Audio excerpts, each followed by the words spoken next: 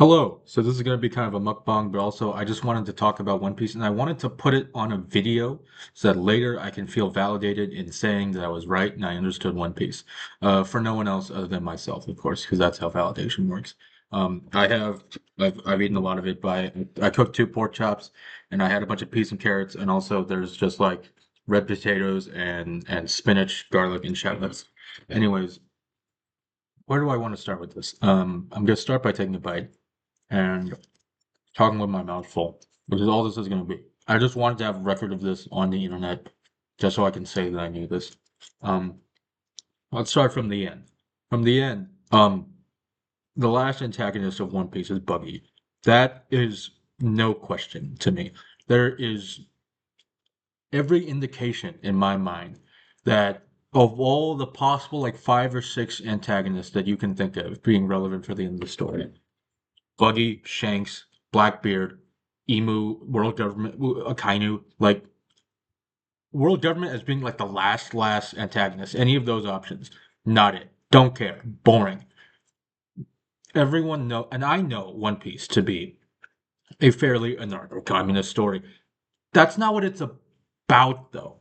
It literally incidentally happens all the time because Luffy has those beliefs and Oda has those beliefs, but that's not what the goal of the story ever is at one moment in time. To be fair, we don't know Luffy's true dream, which I love. That's what still gives me.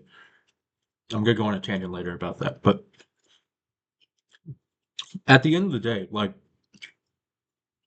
it's not Akainu because I think Akainu's for Sabo because I think Sabo getting to fight Akainu is way cooler than any other fight Sabo you can give Sabo, and I think at this point.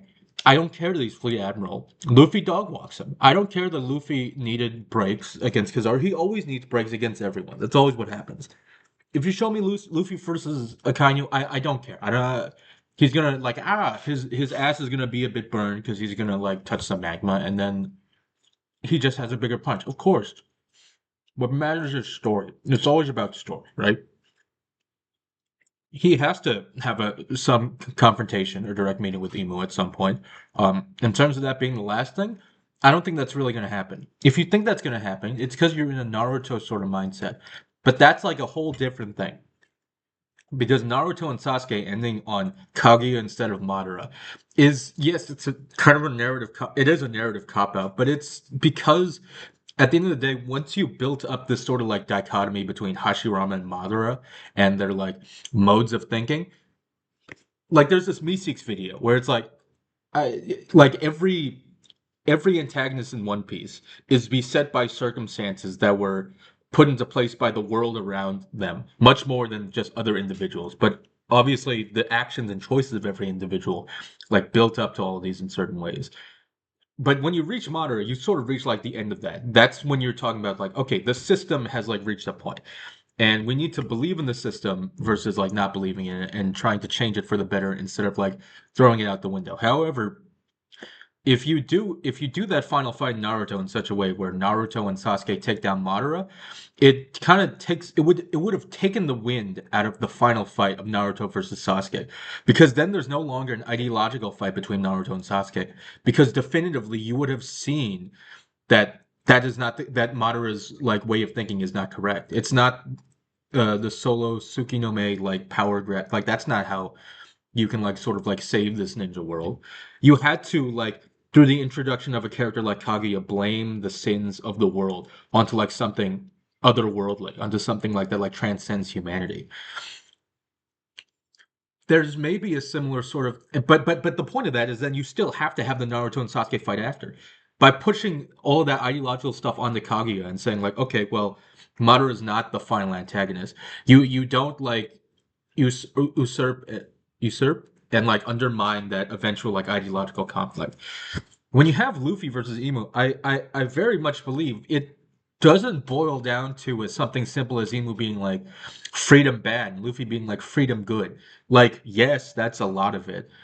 Um, but the magical infinite complexity of the Void Century that we still don't know about, which but some of which we do know about based on the fact that it's very similar, like holistically to like a lot of other arcs. Like whatever the stories of Alabasta, Dressrosa, and Wano are, in the sense of like There are these kingdoms filled with a bunch of people, and they are honorable, but they have had bad circumstances. And because of bad circumstances, a person comes in with dishonest intentions, deceives people, and has people fight each other when they all have the same good intentions of trying to make the world better.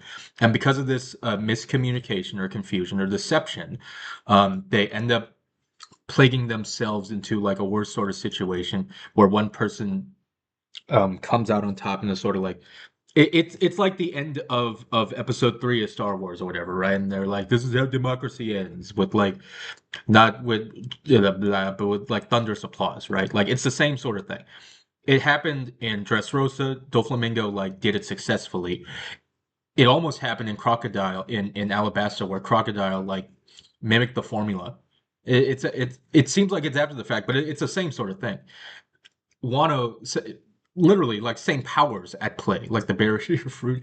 Well, no, it's more the Mane Mane no Mi, the clump fruit, right? Anyways, what am I saying? What I'm saying is obviously Luffy versus Emu is not the final conflict of the story. That's just not how it happens. Because whatever point you make at the end of the day of that, obviously it's huge, and at the same time, it's something that would already have been pretty core into how you and I think of like Luffy is. Luffy is never like openly stated like his like list of like human ideals. But as a viewer, as a One Piece enjoyer, you and me, we can all make a lot of assumptions that we know how Luffy would act and what he believes in based on his like human first thinking in terms of like how he treats other people, how he treats himself. That's not to say he's like an ultimate paragon. He has like little like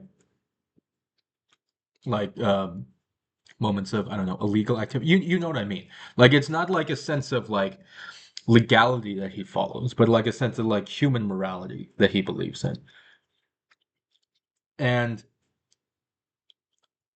that's something that's always at the forefront of how he acts and behaves and progresses throughout his life. But that's not like what is actually being challenged in the story. That's never really challenged in the story. Like it is in the sense that that is how all these other character foils like confront him. But Luffy never wavers, like in the slightest. There's no reason. Like it's different from like any other stories where like Ichigo's like, I'm not strong enough. I lost, and now I have to like abandon my sense of like how honest and forthright I am with my friends, and I gotta do all this Espada training alone and like alienate my friends and not rely on them. Or anytime Naruto's like, shit, maybe people can die, and I can't say everyone. Rip Neji. But it's like Luffy never, like ever wavers. He's wavered literally once when Ace died, and never again. It would take a crewmate dying for that to happen. I don't think it's gonna happen. Although at this point, and this is June 29th, 2025. I have now zero hopes for any sort of Usopp content. I actually don't know what Oda is planning or cooking or thinking. I just don't think it's gonna happen anymore. Because I thought, listen to me on this. I thought Usopp was gonna like pick up Mjolnir and kill Big Mom in Elbaf. But you know what? I guess that's not happening. Kill is in like save her from her mental illness. I still think Big Mom's gonna rise like a kaiju, like a Godzilla out of like a volcano in Wano. If that still happens, I know I'm right. I have TikToks about that. But anyways, world government being last thing, boring. This is a pirate story, right? So then you're left with the Yonko. And like what are the Yonko gonna do or present in the story, right? They don't think Blackbeard is the last fight of the story. And everyone wants it to be because it's like, oh, but he's the biggest contender. He's the biggest scumbag. And they have all these foils where they're similar, but they're different for real, right? But, oh no. I mean, like, I don't know what beating Blackbeard, what sort of catharsis that gives you. As a viewer, as someone who loves it, and I love Ace, as a viewer, you're gonna get some catharsis out of it because it's like, yeah, man, fuck Blackbeard. He took out our homies. He took out Whitebeard and Ace. But it's like, there's my roommate's dog. It's like I never believed for a single second that Blackbeard was ever worthy of being the Pirate King, right? We all know that he's the off-screen goat. Like he schemes like a motherfucker. Like he has the capability of like scheming his way into world domination. Yes, world domination. Yes, and so maybe he does something where he undermines or like he does pulls another scheme in the big like war against the world government. But Blackbeard ever getting close to the One Piece or Laugh Tale? No, like that can will never happen.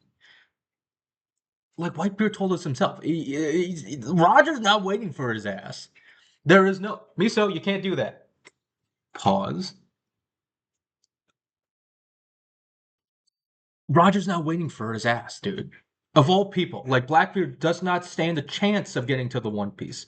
I don't care that he has all the pieces and he has all the scheming and he has four.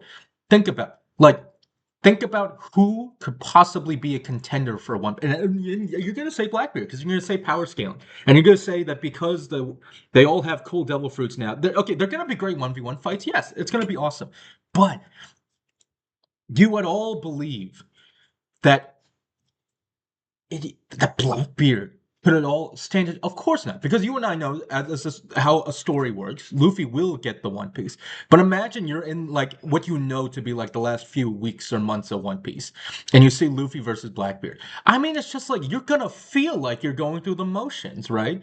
You're gonna feel like, oh yeah, I'm seeing all this hockey devil fruit stuff and like cool, but then it's like gonna be like, it's gonna feel hollow because in no second do you believe ideologically there is a point to be made with. I keep getting distracted. I know a lot of people want Blackbeard to be the end because they're big Ace fans and they're big Whitebeard fans. I love Ace so much. When we take down Blackbeard, and it's gonna be sometime during this big Gajiga war with like a billion countries and the world government and like blowing up the red line or whatever. Whenever we do that, it's gonna be a W, and Blackbeard's gonna sink into the ocean and it's gonna be awesome as fuck. But that's the last conflict of One Piece. I don't know. Remind me when One Piece became a revenge story, because that's not what One Piece is about. One Piece is barely it is a political story. But Luffy, Luffy is a pirate. He is not a revolutionary. This whole thing of like he will do it because it is the right thing to do and it falls in line with his goals and ideals. But his dream, which we still don't know, was never to take down the world government. So that can't be the end of this. Taking down the Yonko, he was always going to take down all the Yonko. So that's going to be it. So when you give me the options of Shanks and Buggy, I still in no way believe it is Shanks. I should have said Shanks earlier, but I'm saying Shanks now because I don't think Shanks even wants this stupid thing. I think that when Shanks was a kid and the Roger Pirates came back from Laugh Tale, Roger told Shanks to his face, sorry kid, you ain't it. You can't get the One Piece because they learned some incidental information and they know that Shanks cannot. And Shanks, since it, if you look at his backstory, when Shanks is a kid, he is always smiling. He is so happy-go-lucky, like unbelievably. Versus Luffy, who as a kid is like just like a fucking kid, like a regular kid. Shanks is like the happiest kid possible. And the second from Roger's return, and after he has that cry, Shanks's attitude is never the same ever again in his life. He becomes jaded. He becomes despondent. He does this sort of thing where everyone believed that Shanks was rat haired, that he had like fucking plots and schemes on plans.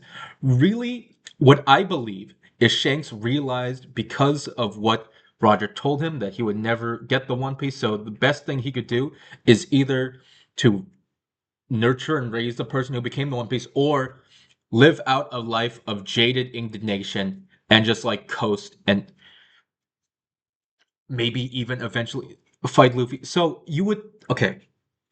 I don't think that fighting the red-haired pirates is a satisfying last fight. Mainly because all you know about these guys is they have cool hockey and stuff, right? Like they have to have top tier hockey or whatever. And like, first off, factually, like half the crew is not gonna get hockey. So that's just like not gonna happen, right? So they have to win in different ways, right? But it's also like, would anyone be happy if the last fight was like hockey fight on hockey fight? Like that's just boring, right?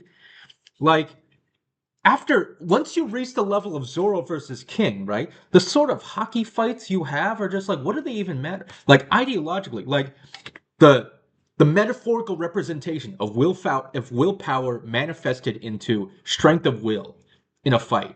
Like it's not going to transcend something King like Zoro versus King, which is also why I don't think Zoro is going to fight Shiryu. Everyone says that because Shiryu has a sword. However, You're being stereotypical. If Zoro's gonna fight anyone, it's going to be Burgess. And Shiryu's gonna go to Sanji. Now you may think, why would Sanji fight another invisible guy? Why should Zoro fight every sword guy? Listen to me. After Zoro versus King, do you really at all, in any regard, believe that Shiryu is even close of a matchup of at all decent proportions to Zoro? The only argument anyone will ever make is if they say something like this is a resolution of Zoro being able to cut nothingness, and Shiryu's able to go so invisible he's like he doesn't exist. Which is like if we get to that point, okay, that's pretty cool. I think it's a lot cooler for Zoro to fight the guy who literally has the strong fruit, because Zoro literally always fights the strongest motherfucker on the other guy's crew. And I think it would be cool for him to fight the guy who's literally buffed into being buff. If it goes the other way, sure, I don't care. But I don't. If when the 1v1 all the matchups, I don't see then who Burgess would fight if not Zoro. And I think it's much better for Sanji to fight someone like Shiryu who has no love in his heart, no compulsion. And like when you think about the types of fights that Sanji and that Zoro and Sanji have, they have different sort of themes. Sanji's has a bunch of themes about like uh concerning like I guess sort of like love in a sense. I don't know how else to say it, but like a lot of the guys Sanji fights, fucking skeevy ass dudes, dude. Jabra, fucking liar. Queen, what an asshole. Like, but Zoro exclusively just fights the dudes who are too strong. Like, I think it's a resolution of the Jaya meetup where he and Luffy wanted to fight the fighting champion. I don't see anyone else who could take down Burgess, if I'm being honest with you.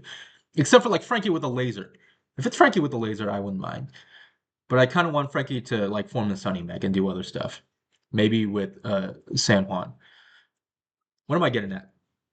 I think if Luffy and his crew fight Shanks at all, it's doing a Davy back fight. Because if it's not a Davy back fight, I don't know what the point of the Long Ring Long Land arc is. Except for to just at one point retroactively say, oh, the island's weird and the animals are all long because Nika or Joy Boy stretched them out. Sure, but I want to see a Davy back fight. I want to see a Davy back fight. I don't know when else we're ever gonna get a Davy back fight, right? I would love it if it were a Shanks versus Luffy Davy back fight. Not to get a crew member or something, maybe to get a crew member, maybe to get Vivi. Obviously, we all know that Vivi is like a really important endgame character. Vivi's the last straw hat, by the way. I take no argument on that. Any case you give is incorrect. Clearly, since post Wano, it's all been building up to like a run back Vivi rescue arc. It's gonna be so sick. Anyways, I think it has to be Buggy at the because let me paint you a picture as to which crew can actually make it to Laugh Tale, and I think it's Buggy and Cross Guild. I was feeling it before one, and I definitely and like the second we got to post one, we got those post one or Cross Guild chapters. There was this unreal moment, an incomparable moment, where Buggy admits his shortcomings. He admits that he gave up spiritually in his soul for his goals. But then he saw Shanks, the guy he respected and looked up to so much since he was a kid, be like, nah, we ain't doing this. And then Buggy just fucking lost his confidence. He was like, well, fuck it. What are we even doing then? And you have all these other pirates who are witnessing Roger's execution, all these 40-something-year-old motherfuckers, the loser generation, the Gen X losers, right? The Mihawks, I'm calling him a loser. Mihawks, Crocodile, Doflamingo, Moria. You see all these guys, right? All these guys who think in the present day that they could just as kids they saw Roger's execution. They wanted to go for the One Piece, and when you see them in the real story, when we meet them in real time, they're all washed out losers, right? Crocodile sucks. To get beaten by rookie Luffy sucks, right? Mihawk, a guy who was once known as a marine hunter, got so bored that all he did was drift and take out fodder like Don Krieg. There's a paradox when you say that he's the strongest swordsman in the world, which would also imply that he has some of the strongest hockey in the world. But hockey's a function of willpower. And you're telling me Guy had no ambition when you meet he has no ambition when you meet him. He lost his ambition over time. Am I getting a text? Sorry. He lost his ambition over time because he lost his broke back like fighting buddy. Doflamingo wanted to tear down the Celestials from the throne. All he really did with his life was be content to have him and his friends on his crew get drunk, old, and just piss away their existence being bored kings, but not actually go for the ambition that he says he has to rip these Celestials off of their fucking ivory tower, dude. Moria, literally the king of washed up. Like, and you have Buggy, a guy who should have nothing going for him, yet by the grace of Goda has everything going for him. And he decides right then and there, with Crocodile and Mihawk on his ass, wait, if this is fucking possible, we might as well just let it ride. I swear to God. I felt something spiritual. At that moment, at that chapter, I saw the path to the end of the story. Brothers, sisters, One Piece by the end of its run is going to be over 30 years old. I don't think it's ending till the end of the decade, to be honest. 2030 or something? I don't know. It'll be over 30 years old.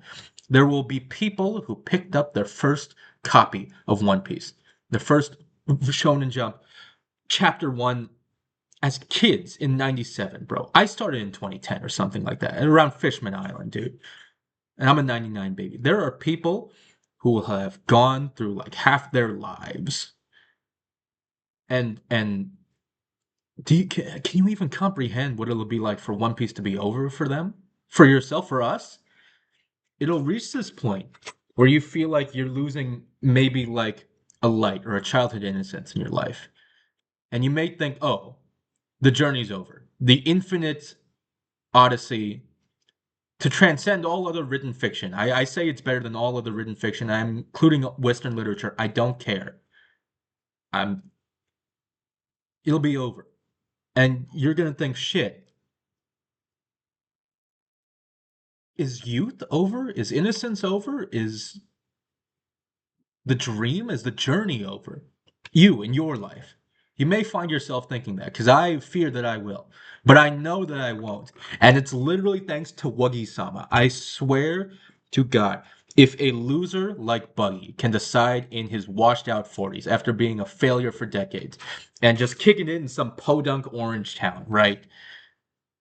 And decide he can fucking go for it and try to be the Pirate King. If this guy says he can do it, then literally any of us can go for anything. There is no point in your life where you're too late to fucking try. Whether it's because you earned it or you lucked into it or who you are or who you want to be, whatever the reason, there are always more chances in the future. Some things you may not get a second chance, but when it comes, and it can come, you gotta take it. You gotta take life by the horns.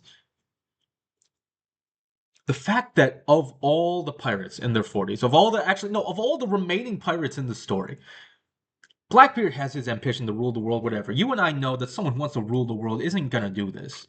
But of all the other like fucking pirates who like set out with dreams and goals. Also, sucks that Blackbeard can't dream. We all talk about how Blackbeard okay, tangent.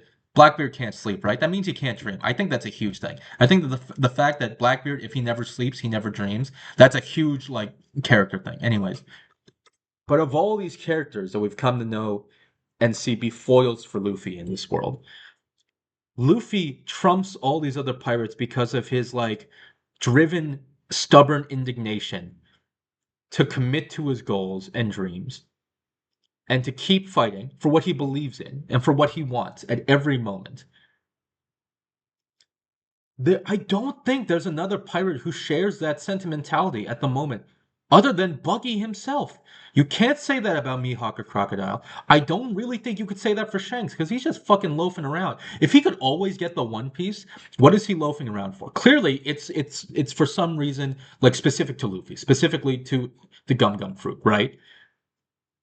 Blackbeard, whatever dream comes with world domination, it can't be. Whatever. That's not the man Roger's waiting for. That's not the man who can get the One Piece, bro. I have this great vision that Buggy, with all of these other like washed up pirates, right? He's got Mihawk, he's got Crocodile. I think Incidentally, he's gonna get all the other warlords. I think he's gonna get Law and Mori and Perona. I think he's going. I think he's going to get Doflamingo. How? I don't know. Maybe he gets Weevil too. Sure, just throw him in there. I I swear to you, there is no possible final fight in One Piece that could be better than a final brawl between the Straw Hat Pirates and a cross guild full of warlords. I'm telling you, when you have that vision in mind, that seems so much more fun. Because fuck power scaling. Power scaling isn't real anymore, okay? The second Crocodile came back, it became very clear power scaling is not real. The second Kobe, honesty strike, like, okay. And that's me still saying that seems like a lot out of these guys who came in the beginning of the story. But also, we have to remember, Luffy learned hockey in 2 years and he reached this level. Yes, he spent like a lifetime training his fruit. Power scaling is not what matters. It's never been what matters, especially in One Piece, where Luffy like loses like 2 or 3 times an arc minimum, right? It's all about vibes. It's all about story. It's all about what are we getting out of this. I don't think One Piece is a revenge story. I don't care about Akainu or Blackbeard.